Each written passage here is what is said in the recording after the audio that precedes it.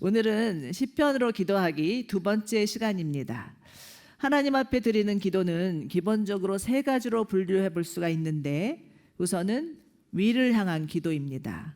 하나님께 초청을 맞춘 찬양과 감사의 기도이죠. 그 다음은 안을 향한 기도입니다. 자신의 죄를 깊이 인식하고 회개하며 하나님의 은혜를 체험하는 기도, 친밀한 기도라고도 할 수 있습니다. 세 번째는 밖을 향한 기도, 자신과 세상에 사는 사람들의 필요를 위하여서 간구하고 중보하는 기도입니다. 예수님께서 제자들에게 가르쳐 주신 기도가 있었죠. 마태복음 6장에 나오는 주기도문인데, 주기도문을 보면 이 세 가지가 어우러져 있는 것을 볼 수 있습니다. 하늘에 계신 우리 아버지, 이름이 거룩히 여김을 받으시오며, 거룩하신 하나님을 높이는 찬양의 기도이죠. 하나님의 나라가 임하옵시며 우리 안에 하나님의 나라를 경험케 하는 친밀한 기도입니다. 우리에게 일용할 양식을 주시고 우리를 시험에 들지 않게 하시고 다만 악에서 구하옵소서. 우리의 필요와 죄사함의 은혜를 구하는 간구와 중보의 기도라 할 수 있습니다. 그런데 이 기도에서 보시는 바와 같이 우리의 기도에 있어서 선행돼야 되는 것은 먼저 하나님을 향한 찬양과 감사입니다. 하나님께 무언가를 간구하기 이전에 하나님을 묵상하고 하나님 안에서 시간을 보내야 한다는 것을 깨닫게 됩니다. 오늘 시편을 보면 그 부제가 감사드리는 시라고 되어 있습니다. 시편 150편 중에서 유일하게 감사의 시편으로 명명된 시이죠.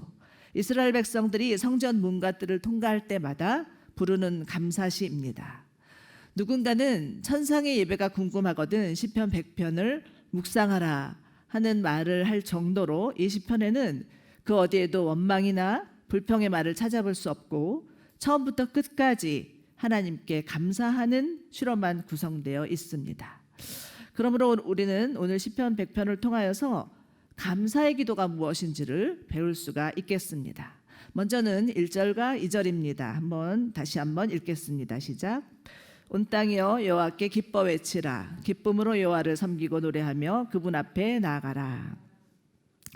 하나님 앞에 예배하기 위해서 성전으로 들어가면서 부르는 찬양이죠. 예배로의 부름, 영어로는 call to worship이라고 말할 수 있습니다.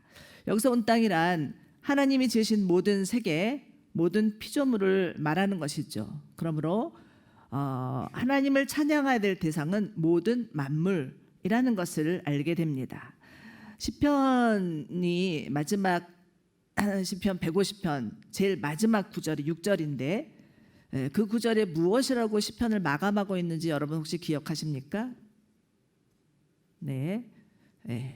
호흡이 있는 자마다 여호와를 찬양하라. 여호와를 찬양하라. 이렇게 시편이 마감하고 있습니다. 이것을 보아서 우리 피조물의 본분은 하나님을 찬양하는 것이라는 것을 알 수 있죠.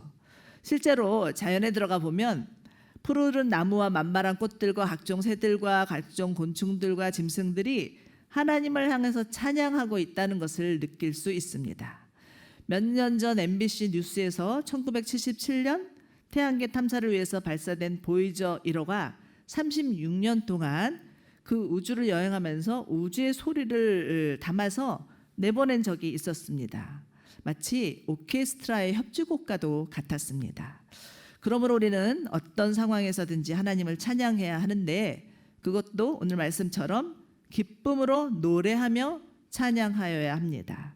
이 구절에서 노래하다라는 동사는 원어적으로는 깨트리다, 귀가 먹먹하게 하다, 소리치다라는 뜻인데요. 마치 아이돌 콘서트에 가면 청중들이 환호를 하면서 발을 동동 구르면서 어쩔 줄을 몰라서 소리를 치면서 그렇게 그 가수를 영접하는 것을 보면서 정말 우리는 하나님을 찬양하는, 정말 하나님께 찬양 드리기 위해서 지음받은 존재라고 하면서 우리의 예배는 과연 어떠한가라는 생각을 해보게 됩니다. 저는 그런 곳에 가보진 않았지만 TV를 통해서 어쩌다가 보게 되면 저 사람들은 정말 저 가수를 예배하고 있구나 하는 생각이 들 때가 있습니다. 그러면서 그러면 우리의 예배는 어떤가? 나는 정말 저 사람들처럼 마음을 다해서 기쁨으로 하나님을 향해서 환호하며 소리치며 주님을 찬양하고 있는가를 살피게 됩니다. 비록 우리의 마음이 우울해진다 할지라도, 또 우리의 상황이 낙심된다 할지라도 하나님의 하나님 되심을 높이고 경배할 때 우리의 부정적인 감정들이 사라지고 기쁨으로 예배할 수 있으리라 믿습니다. 자, 이와 같이 하나님을 찬양함으로 나아간 자들 가운데 가장 먼저 선행되어야 될 기도는 무엇일까요? 3절과 4절을 같이 읽도록 하겠습니다. 시작. 여호와가 우리 하나님이신 줄을 너희는 알지어다. 그분이 우리를 만드셨으니 그분은 우리의 백성들이고 그분은 우리의 양이다. 감사하면서 그 문으로 들어가고 찬양하면서 그 뜰로 들어가라. 그분께 감사하고 그 이름을 찬양하라. 이렇게 지금 외치고 있습니다. 자, 그렇다면 우리가 이 말씀을 통해서 감사의 기도를 드려야 될 세 가지 이유를 찾아볼 수가 있는데, 첫 번째는 하나님은 우리의 하나님이시라는 겁니다. 첫 번째 구절을 보시면 여호와 우리 하나님이신 줄 너희가 알지어다 이렇게 말하고 있죠.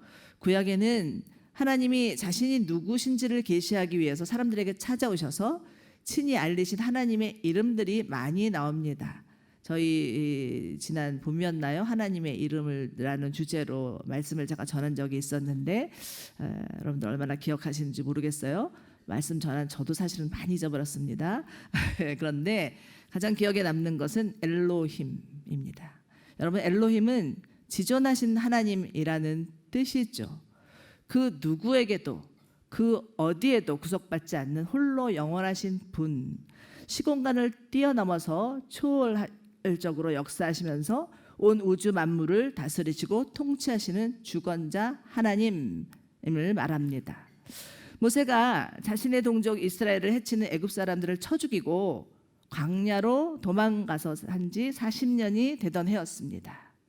모세는 아마도 자신의 혈기로 인해서 실수로 망가져버린 자기 인생에 대해서 절망하고 한탄하고 스스로 자신의 삶을 포기하고 있었는지도 모르겠습니다. 그저 한낱 목동으로 지내는 것이죠. 그런데 어느 날 하나님께서 찾아오셔서 모세를 부르시면서 나는 스스로 있는 자다 이렇게 말씀해 주십니다. 모세가 처음에는 눈과 귀가 다 어두워져서 하나님이 그렇게 말씀하셔도 알아듣지도 못하고 하나님이 자신을 왜 부르시는지에 대해서도 저항하는 시간이 있었습니다. 그러나 계속적인 하나님과의 대화를 통해서 그의 영이 뜨이고 눈이 뜨이고 귀가 열리면서 하나님이 정말 온 세상을 다스리시는 스스로 계신 하나님, 지존자 하나님이라는 것을 깨닫게 되죠. 그리고 나서 모세는 40년간 이스라엘 백성들, 그 말도 안 듣는 이스라엘 백성들을 이끌고 나서는 마지막 자신의 생을 마감하면서 이렇게 고백합니다. 이스라엘아, 너는 행복하다. 여호와께서 구원하신 민족인 너 같은 자가 누구겠느냐? 그분은 내 방패이시며 너를 돕는 분이시고 내 영광스러운 칼이시다. 이렇게 고백합니다. 하나님께서 주신 사명을 다 마친 모세의 고백은 하나님을 향한 감사였습니다. 하나님의 또 다른 이름 기억나는 것은 엘샤다이인데요. 엘샤다이는 전능하신 하나님이라는 뜻입니다. 하나님께서 자신을 엘사다이로 계시하신 사건이 있었는데 혹시 아시는 분 계시나요? 할렐루야. 아브라함이 99세의 나이였을 때였습니다. 세월이 아무리 지나도 하나님께서 약속하신 자녀를 주지 않자 아브라함과 사라는 머리를 굴려서 이스마엘을 낳죠. 그러고는 이제 됐다, 나 자식 하나 생겼으니까 하나님의 약속을 새카맣게 잊어버리고 살고 있었던 때였습니다. 이스마엘이 낳고 나서 한 16년간 시간이 그렇게 흐른 거예요. 그런데 어느 날은 하나님께서 나타나셔서 나는 전능하신 하나님이라 너는 내 앞에 완전히 행하라 이렇게 말씀을 하시면서 사라를 통해서 아기를 주시겠다고 하십니다. 자, 여러분 이 말씀을 들은 아브라함의 반응이 무엇이었는지 기억하시나요? 아니 하나님, 지금 내 나이가 몇인데 나는 지금 100살이고 내 아내 사례는 90살인데 내가 어떻게 아이를 가질 수 있단 말입니까? 이스마엘이나 하나님 앞에서 복받고 잘 살게 해주세요. 이렇게 말합니다. 아브라함은 자신이 주어진 현실 앞에서 하나님이 아무리 다시 말씀하셔도 믿으려 하지 않습니다. 하나님의 약속 새까맣게 잊어버린 채 현실에 안주하며 살고 있는 것이죠. 우리들과 비슷합니다. 젊은 시절에 하나님께서 우리들에게도 비전도 주시고 꿈도 주시고 정말 내가 하나님을 위해서 내 인생 바치겠다 이렇게 생각하신 분들도 계실 텐데 결혼해서 살다 보니까 어느새 나이는 들고 생활은 벅차고 비전은 무슨 비전 하나님 그저 무탈하게 별일 없이 살게나 해주세요. 이렇게 기도하고 있는지도 모릅니다. 그러나 하나님은 내년 이맘때쯤 되면 사라가 아들 이삭을 낳을 것이라고 이름까지 거론해 주시면서 다시 말씀해 주시는데 여러분 사라의 반응 기억하십니까? 성경을 보면 사라는 웃었습니다. 이렇게 나옵니다. 사라의 웃음은 어떤 웃음이었을까요? 거의 비웃음에 가까운 웃음이 아니었을까라는 생각을 해봅니다. 그렇지만 전능하신 하나님은 약속대로 아들을 주시죠. 그리고 그 아들 이삭을 약속의 자녀인 이삭을 받은 아브라함과 사라에게 그 기쁨은 말할 수 없는 기쁨이었고 말할 수 없는 감사였습니다.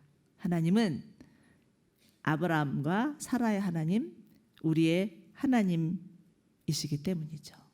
사랑하는 여러분처럼 하나님은 우리의 하나님이십니다. 우리 옆에 분에게 이렇게 인사해 주셨으면 좋겠어요. 하나님은 우리의 하나님이십니다. 잠깐 졸고 계시는 분이 계신 것 같아서 제가 잠을 깨우려고. 네, 하나님은 우리의 하나님이십니다. 우리가 지금 처해 있는 형편이나 처지나 입장을 다 아시고 친히 찾아오셔서 자신을 계시하시고 계시하신 대로 경험케 하시는 우리의 하나님이십니다. 그러므로 하나님을 만난 자의 고백은 감사일 수밖에 없습니다. 두 번째, 하나님은 우리의 창조주이시기 때문입니다. 두 번째 구절이죠. 그분이 우리를 만드셨으니. 저는 아들이 셋인데 한 아이를 낳을 때마다 참으로 신기한 것은 아이들이 다 다르기는 한데 어딘가는 저와 남편을 닮았다는 것을 발견할 때입니다. 어떤 아이는 남편의 얼굴 모습 그대로를 그대로 쏙 빼닮았고요. 또 다른 아이는 제 성격을 닮았고요. 또 어떤 아이는 제가 새끼손가락이 좀 다른 사람보다 좀 짧거든요.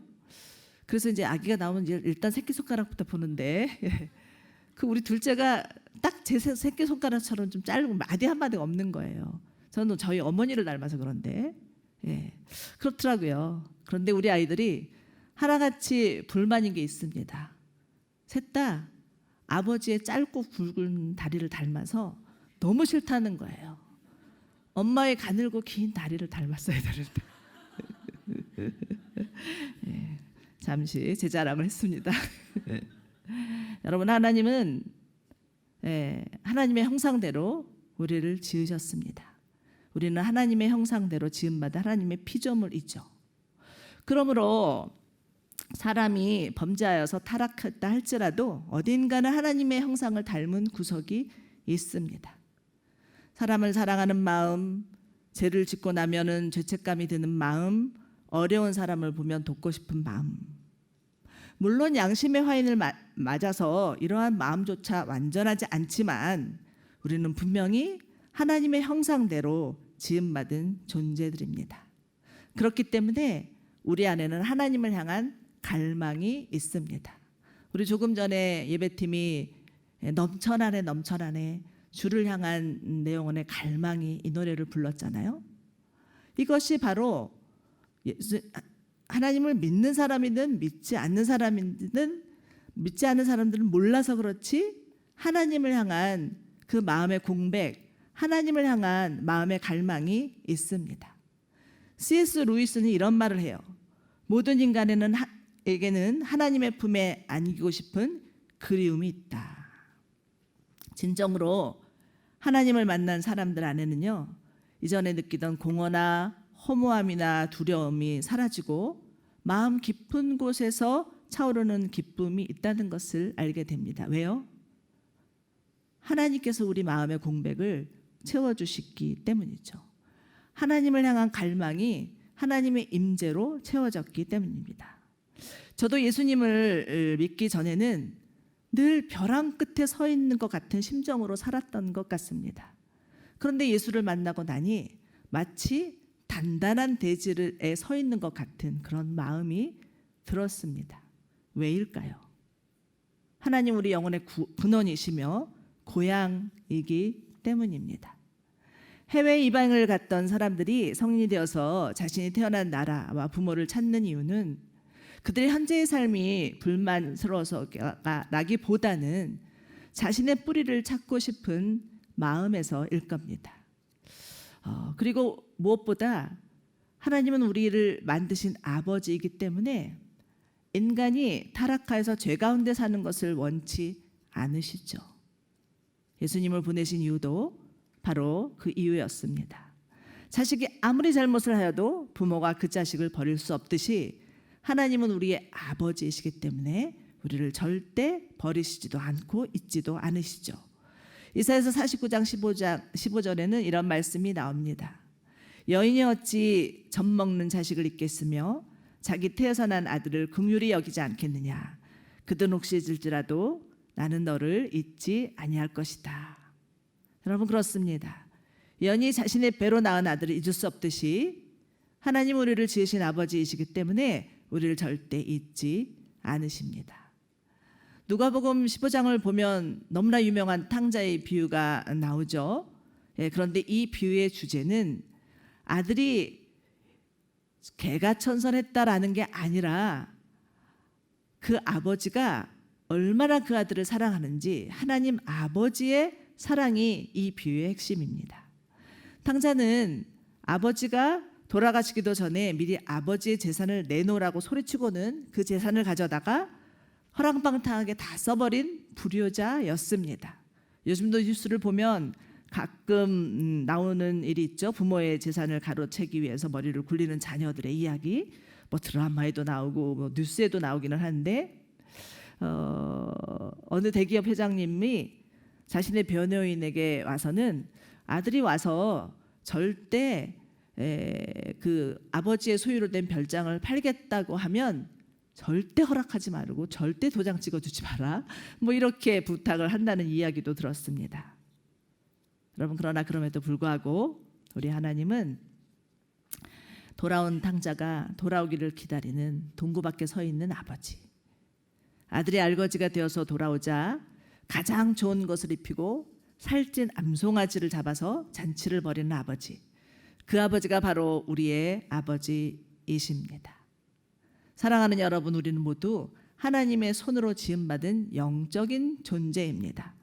그러므로 우리는 영이신 하나님과 교제할 때 내가 처한 환경이나 상황과 상관없이 하나님 안에서 안정감을 찾을 수 있고 우리의 마음과 입술에서 저절로 감사가 터지어 나오게 되어 있습니다.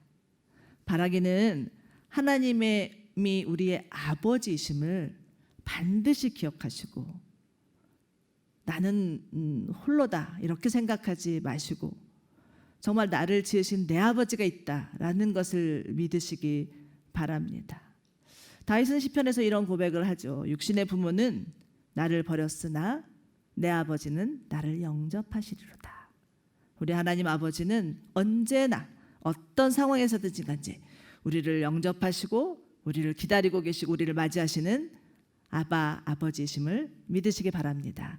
이것이 바로 우리가 하나님 앞에 나아가 감사해야 될 이유입니다. 자, 이제 세 번째입니다. 하나님 우리를 돌보시는 목자이시기 때문입니다. 세 번째 구절이죠. 우리는 그분의 백성들이고 그 목장의 양이다. 여러분, 혹시 목장에 가보신 적이 있으십니까? 목장의 양들은 우리가 생각하는 것보다 순하지도 깨끗하지도 않습니다. 저는 오래전에 몽골 아울리츠를 가서 정말 시커먼 양들을 수도 없이 보고 왔습니다. 그림에서 보는 양들과 같지 않습니다. 전혀 다릅니다. 게다가 양들은 눈이 어둡고 다리도 짧아서 어디로 가야 될지 항방을 찾지 못하고 한 번 넘어지면 스스로 일어날 수 없다고 하니 양에게는 반드시 목자가 필요합니다. 요한복음 10장에서 예수님은 나는 선한 목자다. 양은 내 음성을 듣나니 목자는 자기 양의 이름을 부르며 인도하며 양들을 위해서 자신의 목숨을 내어놓는다라고 말씀을 하시죠. 여러분, 하나님은 이처럼 우리의 선한 목자 되셔서 우리에게 한시도 눈을 떼지 않으시며 돌보시고 인도하시고 그뿐만 아니라 우리를 위하여서 자신의 생명까지 내어놓으신 선한 목자이십니다. 우리가 무엇을 하든 어디를 가든 주님의 지팡이와 막대기가 우리를 붙들고 있으며 주님의 하나님의 울타리로 우리를 몰아넣으시며 우리를 살리시기 위해서 십자가 지셨음을 잊지 마시기 바랍니다. 그러므로 우리는 시편 23편의 말씀처럼 여호와는 나의 목자시니 내게 부족함이 없습니다. 그가 나를 푸른 초장과 쉴만한 물가로 인도하십니다라고 고백할 수 있기를 소망합니다. 이것이 바로 우리가 드려야 될 감사의 기도이죠. 4절에서 이렇게 말씀하죠. 감사함으로 그 문에 들어가고 찬양하면서 그 뜰로 들어가라. 그분께 감사하고 그 이름을 찬양하라. 이것이 하나님이 지으신 피조물로서의 본분인 것을 알게 됩니다. 자, 이제 마지막 5절입니다. 여호와는 선하시니 그의 인자하심이 영원하고 그의 성실하심이 대대에 미치리로다. 이렇게 선포하고 있습니다. 이스라엘 백성들은 성전의 문가들을 통과할 때마다 언제나 이 말씀을 외치면서 들어갔다고 합니다. 출애굽기 26장을 보면 성막의 문에는 청색과 자주색과 홍색과 흰색의 4가지 색깔로 수놓은 휘장들이 쳐져 있었는데요. 청색은 생명을 의미하고 자주색은 왕을 의미하고 홍색은 고난을 의미하고 흰색은 부활을 의미합니다. 즉 생명이신 예수님, 왕이신 예수님, 고난당하신 예수님, 부활하신 예수님을 상징한다고 볼 수 있죠. 또한 성막의 문을 지나서 뜰로 들어가면 뜰 안에는 번제단과 물두멍이 있는데 물두멍은 죄를 고백하는 장소이고요. 번제단은 그 죄가 사여지는 곳입니다.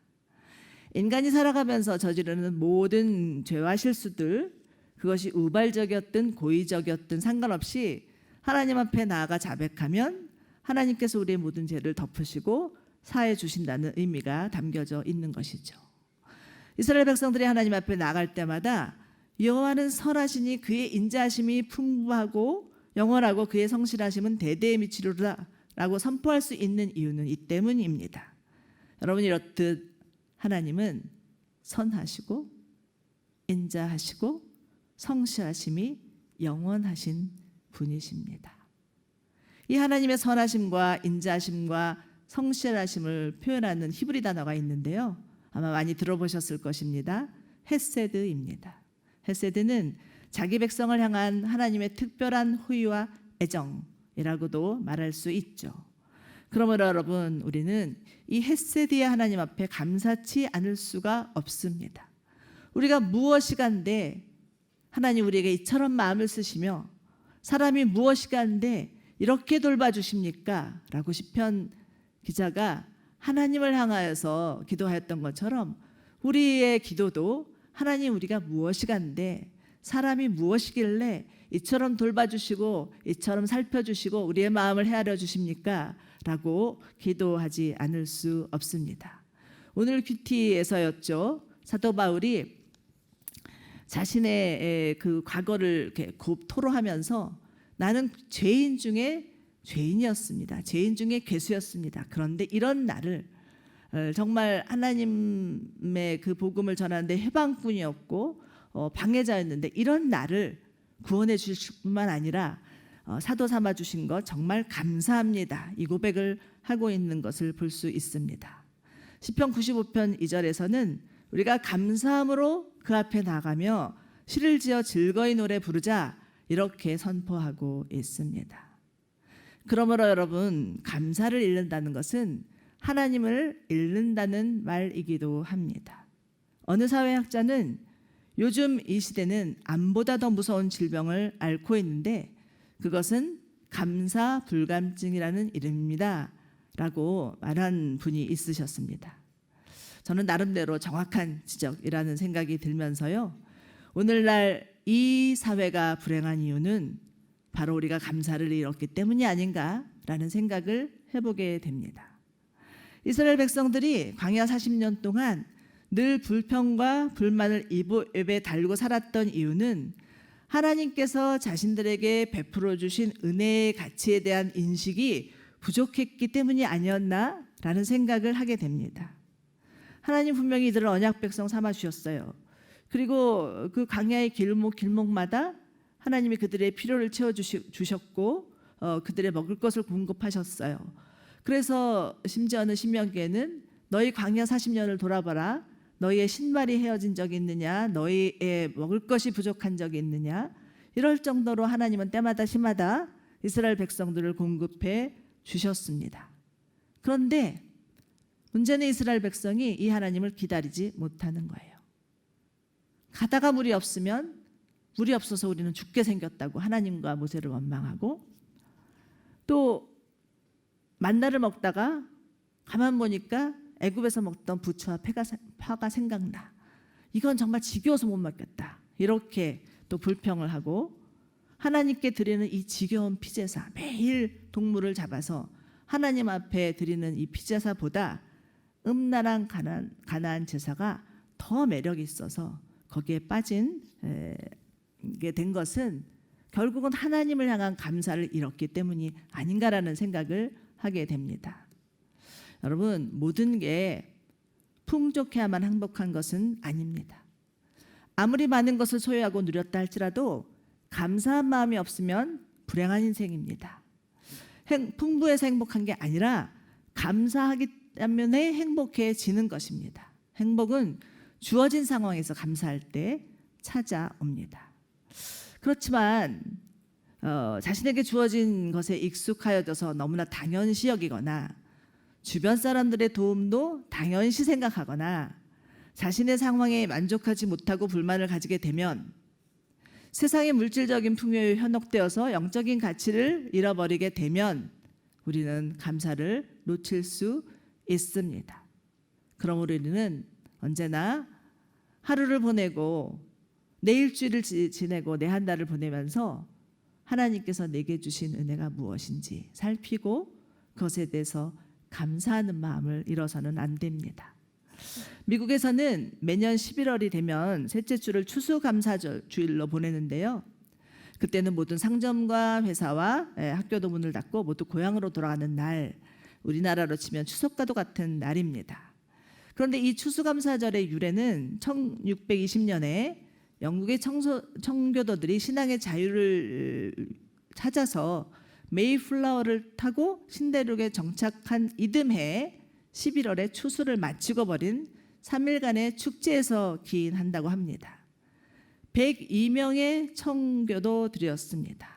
이들은 신앙의 이유로 단 한 번도 가보지 않았던 미지의 생을 향해서 전진하다가 65일 만에 이 신대륙을 발견하게 되는데, 이 신대륙은 말이 신대륙이지 너무나 천박하고 황량한 광야였습니다.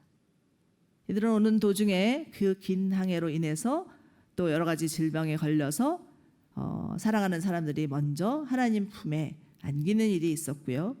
또 남은 사람들은 1년 동안 열심히 일을 하여서 마침내 첫 수확을 거두게 되는데, 그동안도 또 자신의 가족이나 이웃을 반 이상이나 잃게 됩니다. 그럼에도 불구하고 이들은 신앙의 자유를 주신 하나님께 감사를 드립니다. 어떤 농장에서 농부로 일하시는 분의 얘기를 제가 들은 적이 있었는데요. 이런 말을 하시더라고요. 아무리 애를 써도 하나님의 도우심이 없이는 열매도 없고 수확이 없을 수 있다는 것을 알게 되었다고. 그래서 겸허히 하나님을 향하여서 우러러서 해와 비와 이슬과 바람을 주신 하나님 앞에 감사한다고, 이런 얘기를 하시더라고요. 저는 개인적으로 감사하면 생각나는 분이 계시는데 저희 시어머님이십니다. 2년 전에 돌아가셨는데요. 제가 30대 시절에 저희 가정에는 참으로 여러 가지 많은 어려운 일들이 계속된 적이 있었습니다. 잘 나가던 저희 시아버님 사업이 부도를 맞이했고요. 그러고 나서 한 3년 뒤인가요? 저희 남편이 하루아침에 교통사고로 돌아가시게 되었고요. 그러고 나서 또 한 2년 뒤인가요? 저희 큰 시누님이 3주 만에 급성 혈액암으로 돌아가시게 되었고요. 그러고 나서 그 1년 뒤인가요? 그 뒤에는 저희 작은 신우가 사기 결혼을 당해서 이혼을 하게 되는 일이 있었습니다. 엎친 데 덮친 데라는 말이 있죠. 욥의 고난이 무엇인지 정말 알 수 있을 것 같은 그런 시절이었습니다. 이 정도면 들어놓을 만도 한데 저희 시어머님은 단 한 번도 하나님을 원망하거나 힘든 내색을 보이지 않았습니다. 그리고 어머니의 한갑 생신이었던 것 같아요. 저희 모든 식구가 다 모였는데 저희 어머님이 식구들이 다 보는 앞에서 거룩하신 하나님 주께 감사드리세 이 찬양을 하시는 거예요. 저는 아직도 저희 어머님이 그 어려운 시간에 자식을 둘이나 다 보내드리고 하나님 앞에 감사하다고 고백하는 그 노래를 잊을 수가 없습니다.